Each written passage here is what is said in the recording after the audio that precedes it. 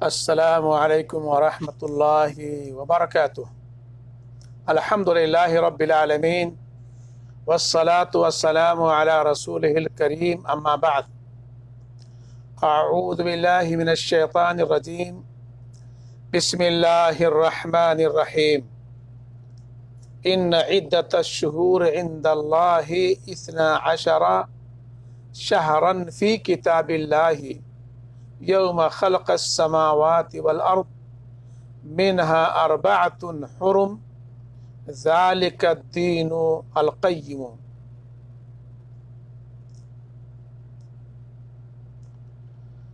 معزز سامعین و ناظرین، اللہ رب العالمین کی توفیق سے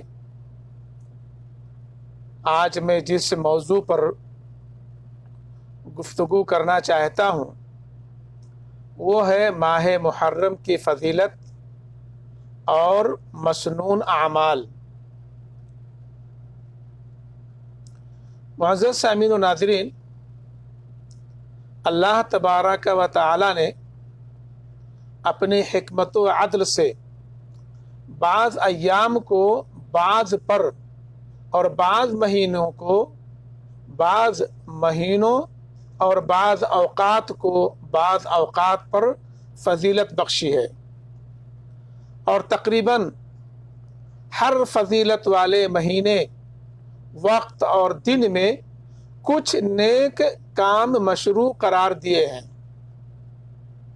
ان میں گناہوں کے کام سے روکا اور اپنی اور اپنے رسول صلی اللہ علیہ وسلم کی نافرمانی کو زیادہ قابل مذمت بتلایا ہے۔ انہی افضل و محترم مہینوں میں ایک مہینہ محرم اور انہی مبارک دنوں میں ایک دن عاشورہ کا بھی ہے۔ محرم الحرام کو اللہ تعالیٰ نے متعدد فضائل سے نوازا ہے۔ نمبر 1، اس کی سب سے پہلی فضیلت و اہمیت یہ ہے کہ اسلامی سال کی ابتدا اسی مہینے سے ہوئی ہے، جیسا کہ تمام مسلمانوں کا اس پر اتفاق ہے۔ نمبر 2، یہ مہینہ سال کے 4 محترم اور حرمت والے مہینوں میں سے ایک ہے۔ ارشاد باری تعالیٰ ہے، ان عدۃ الشہور عند اللہ 12 شہرا فی کتاب اللہ یوم خلق السماوات والارض منها 4 حرم ذالک الدین القیم، کہ مہینوں کی گنتی اللہ کے نزدیک کتاب اللہ میں 12 ہیں، اسی دن سے جب سے آسمان و زمین کو اس نے پیدا کیا ہے۔ ان میں سے 4 حرمت و ادب کے ہیں، یہی درست دین ہے۔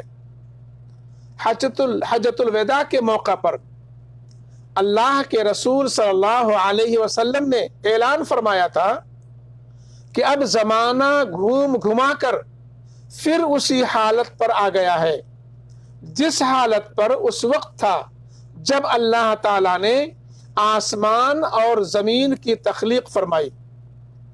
سال 12 مہینوں کا ہے، جن میں 4 حرمت والے ہیں، 3 پے در پے ہے، ذوالقعدہ، ذوالحجہ اور محرم، اور چوتھا رجب مضر،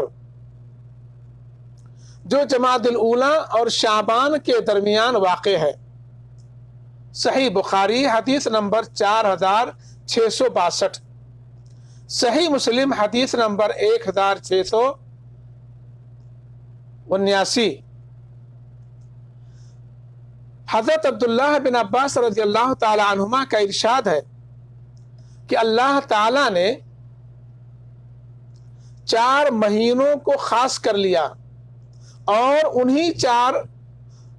انہیں حرمت والے قرار دیا، نیز ان کی عزت و حرمت کو بڑھایا اور ان میں اپنی نافرمانی کو قبیح قرار دیا۔ اسی طرح ان مہینوں میں عمل صالح کو اجر و ثواب عمل صالح کے اجر و ثواب کو بڑھا دیا۔ شعب الایمان صفحہ نمبر جلد نمبر 5 صفحہ نمبر 341۔ نمبر 3، اس مہینہ میں روزہ رکھنا اور مہینوں کے مقابل میں افضل ہے۔ دلیل، اللہ کے رسول صلی اللہ علیہ وسلم کا ارشاد ہے، رمضان المبارک کے بعد سب سے افضل روزہ اللہ کے مہینے محرم کا ہے، اور فرض نمازوں کے بعد سب سے افضل نماز رات کی نماز یعنی تہجد کی نماز ہے۔ صحیح مسلم حدیث نمبر 1202، سنن ابو داود حدیث نمبر 2429، سنن ترمذی حدیث نمبر 740 بروایت ابو ہریرہ رضی اللہ تعالی عنہ۔ سنن نسائی کبریٰ میں ہے کہ آپ صلی اللہ علیہ وسلم سے کسی نے سوال کیا، کسی نے پوچھا کہ رمضان المبارک کے بعد سب سے افضل روزہ کون سا ہے؟ تو آپ صلی اللہ علیہ وسلم نے فرمایا، اللہ کے اس مہینے کا روزہ جسے تم محرم کے نام سے یاد کرتے ہو۔ سنن نسائی الکبریٰ حدیث نمبر 2906، جلد 2 صفحہ نمبر 171۔ نمبر 4، اس مہینے کی نسبت اللہ کے رسول صلی اللہ علیہ وسلم نے اللہ تعالیٰ کی طرف کی ہے، یعنی اللہ تعالیٰ کا مہینہ۔ حالانکہ سارے مہینے ہی اللہ تعالیٰ کے پیدا کردہ اور متعین کردہ ہیں، لیکن اس ماہ کی اہمیت کے پیش نظر اللہ کے رسول صلی اللہ علیہ وسلم نے اس کی نسبت اور اضافت اللہ تعالیٰ کی طرف کی، جیسا کہ پچھلی حدیثوں سے واضح ہوا۔ اور ظاہر ہے کہ جن چیزوں کی نسبت اللہ تعالیٰ کی طرف ہوتی ہے وہ قابل احترام اور افضل ہوتے ہیں، جیسے بیت اللہ، کعبۃ اللہ وغیرہ وغیرہ۔ نمبر 5، اس مہینے میں عاشورہ کا دن ہے، جس کا روزہ 1 سال کے گناہوں کا کفارہ ہے۔ اللہ کے نبی صلی اللہ علیہ وسلم کا ارشاد ہے کہ جس نے عرفہ کے دن کا روزہ رکھا اس کے 1 سال آئندہ اور 1 سال گزشتہ کے گناہ معاف کر دیے گئے، اور جس نے عاشورہ کا روزہ رکھا یعنی 10ویں محرم کا روزہ رکھا اس کے گزشتہ 1 سال کے گناہ معاف کر دیے گئے۔ صحیح مسلم حدیث نمبر 1162، سنن ترمذی حدیث نمبر 752۔ اب آئیے ہم جانتے ہیں کہ اس ماہ محرم کے مسنون اعمال کیا ہیں۔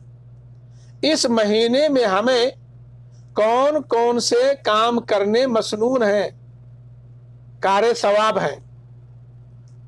اس مہینے کی اہمیت و فضیلت کے پیش نظر اس میں کچھ ایسے کام مشروع ہے جو اگرچہ دوسرے مہینوں میں بھی مشروع ہیں، لیکن اس مبارک مہینے میں ان کی اہمیت زیادہ ہے۔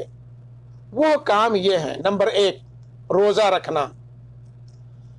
محرم الحرام کے روزہ کے تعلق سے 2 حدیثیں گزر چکی ہیں، جس سے پتہ چلتا ہے کہ نفل روزوں میں سب سے افضل روزے ماہ محرم کے ہیں۔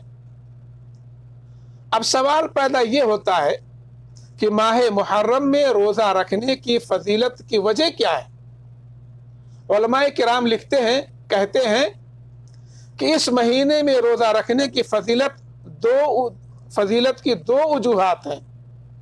الف، چونکہ یہ مہینہ حرمت والا مہینہ ہونے کی وجہ سے مبارک ہے، اور روزہ بھی اللہ کے نزدیک بڑا محبوب عمل ہے، لہذا مبارک دن میں محبوب عمل کی ترغیب دی گئی، اس لیے کہ وقت، جگہ اور حالت کے اختلاط کے پیش نظر نیک عمل کی اہمیت و فضیلت میں بھی اضافہ ہو جاتا ہے۔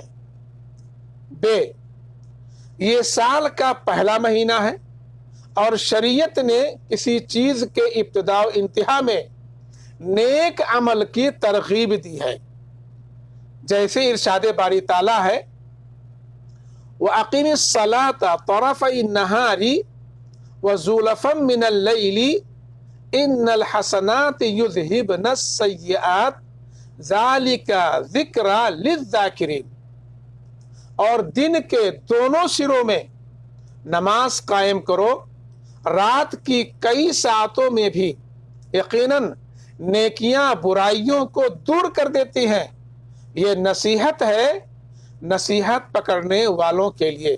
سورہ ہود آیت نمبر 114۔ اللہ کے رسول صلی اللہ علیہ وسلم کی حدیثوں میں بھی صبح و شام ذکر الہی پر خصوصی طور پر ابھارا گیا ہے۔ اللہ کے رسول صلی اللہ علیہ وسلم کا ارشاد ہے کہ جو شخص سورج کے طلوع ہونے اور سورج کے غروب ہونے سے قبل نماز پڑھے گا وہ ہرگز جہنم میں داخل نہ ہوگا۔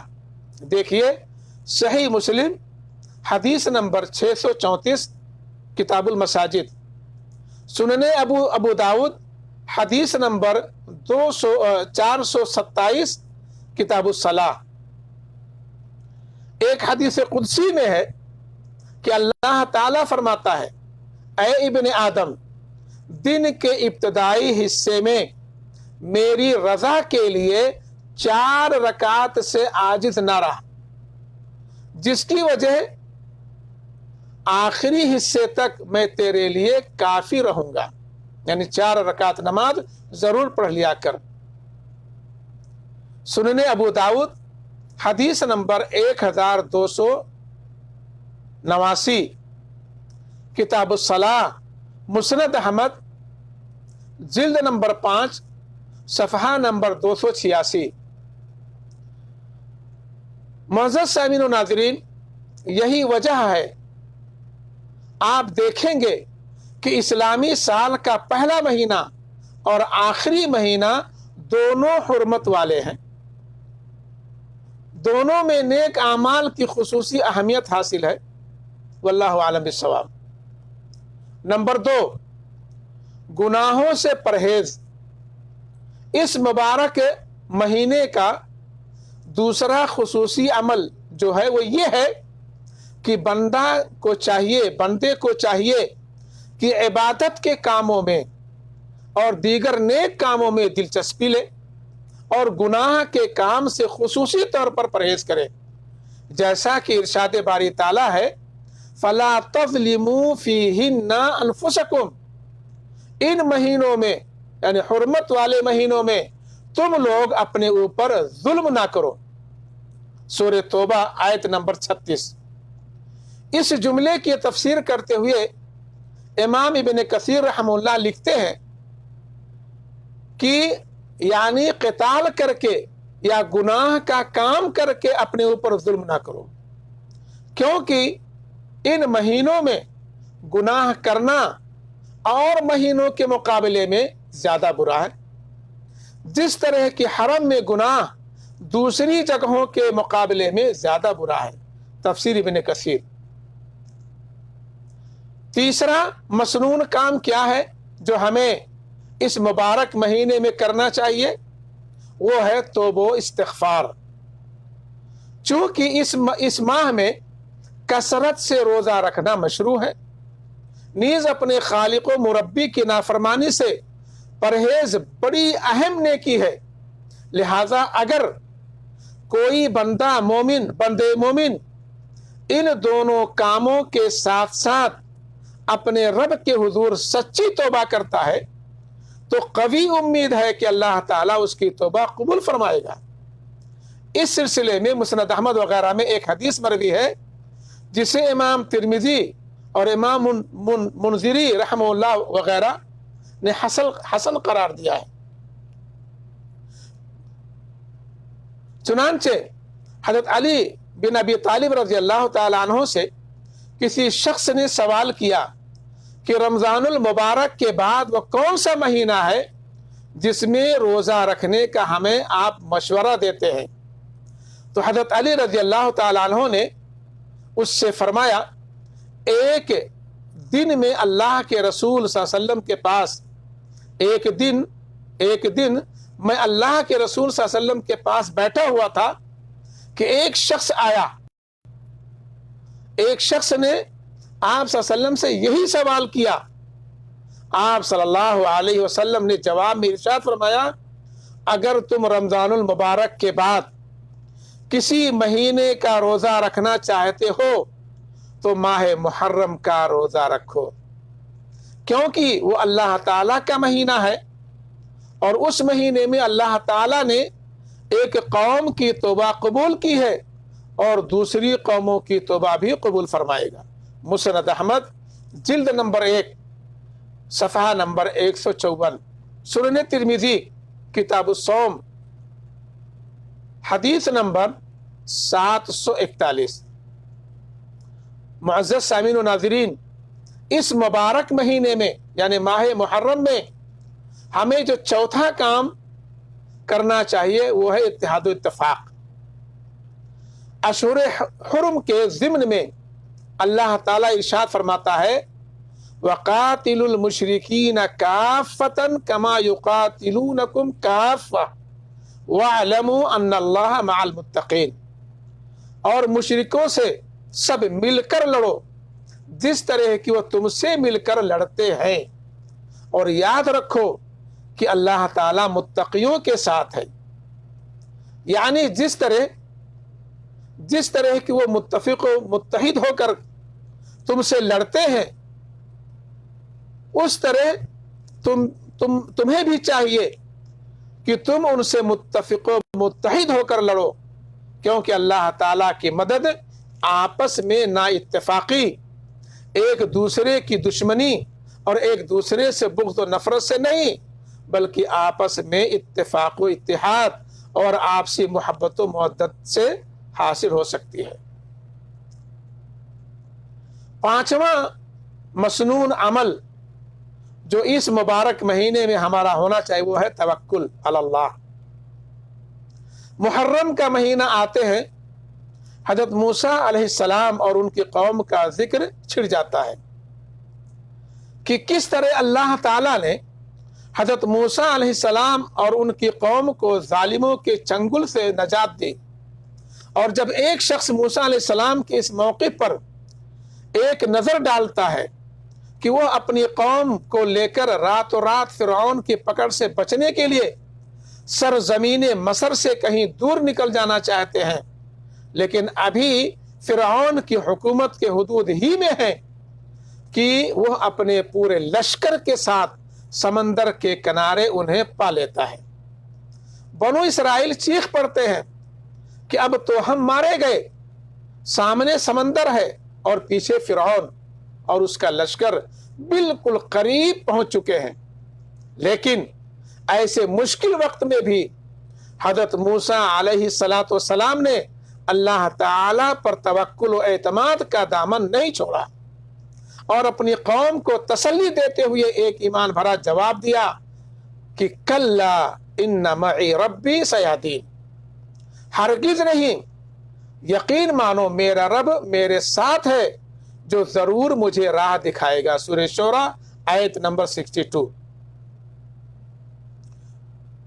ہوا بھی ایسا، چنانچہ اللہ تعالی نے حکم دیا کہ موسیٰ ابھی چھڑی اس سمندر میں مارو، تمہارے لیے ایک راستہ نہیں 12 راستے بن جائیں گے۔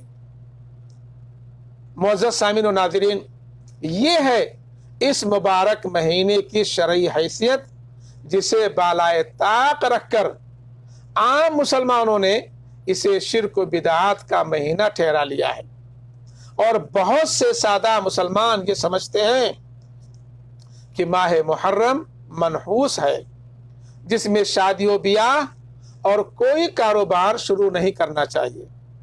اور کچھ لوگ یہ سمجھتے ہیں کہ اس مہینے کو جو اہمیت ملی ہے اس کی وجہ حادثے کربلا ہے، نعوذ باللہ من ذالک۔ برادران اسلام، ہمیں چاہیے کہ ہم قرآن و حدیث کا مطالعہ کریں اور علماء ربانیین کی طرف ہر دینی معاملات میں ہم رجوع کریں، نہیں تو ہمارا دین اور دنیا دونوں کے دونوں غرق ہو جائیں گے اور ہمیں سوائے بروز قیامت کفِ افسوس کے اور کچھ نہیں ملے گا۔ نتیجتاً ہمیں شرک اور بدعت و خرافات کی وجہ سے جہنم میں ڈال دیا جائے گا اور جنت سے ہم کو محروم کر دیا جائے گا۔ اللہ رب العالمین سے ہم یہ دعا کرتے ہیں کہ بار الہ ہمیں